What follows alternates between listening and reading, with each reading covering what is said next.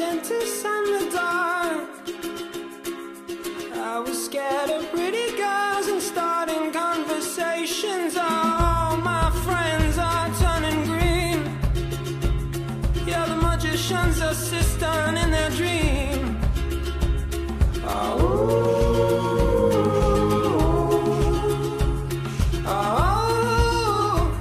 And they come unstuck,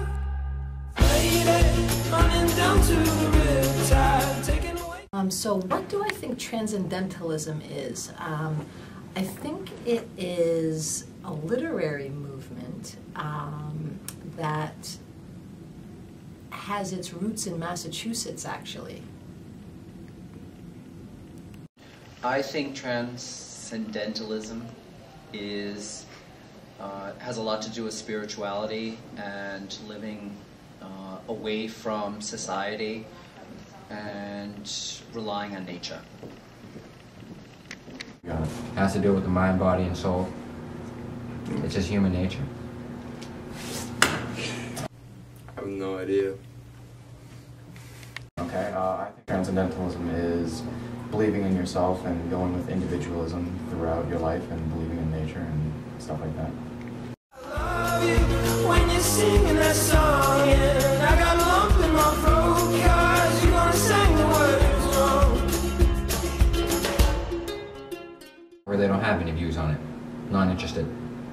Well, actually, I am a big fan of the Transcendentalist writers and thinkers. And I'm actually inspired by them in my own work as an artist and also in my work as a teacher. Okay, I think that it's a really big part of life because in America there's a lot of individuals that are really self-promotional, and I think that it's really important for people to be individuals because, you know, without them there would be no growing in America, there would be no creation, and there would be nothing special happening across the world.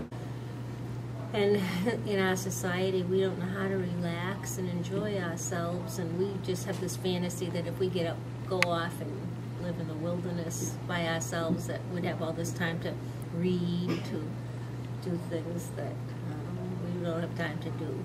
I use some things that they talk about and some things that they find inspiration in my own work with myself and with you. I think that it's very interesting, but it definitely is not something that I would ever try. Love you when you're singing that song, and I got a lump in my throat 'cause you're gonna sing the words wrong. Yeah, I got a lump in my throat 'cause you're gonna sing the words. You believe in that type of lifestyle? I think many individuals do, and believing ourselves and becoming one with nature. No, because that's just not fun, living alone. I really couldn't live the lifestyle. I'm not a writer, so I couldn't write about that kind of stuff constantly. I'd probably get lonely and bored, to be truthful. So would I ever consider living that lifestyle? Yeah, I would. I think, you know, I would really, and I kind of do live that lifestyle in some ways for short periods of time.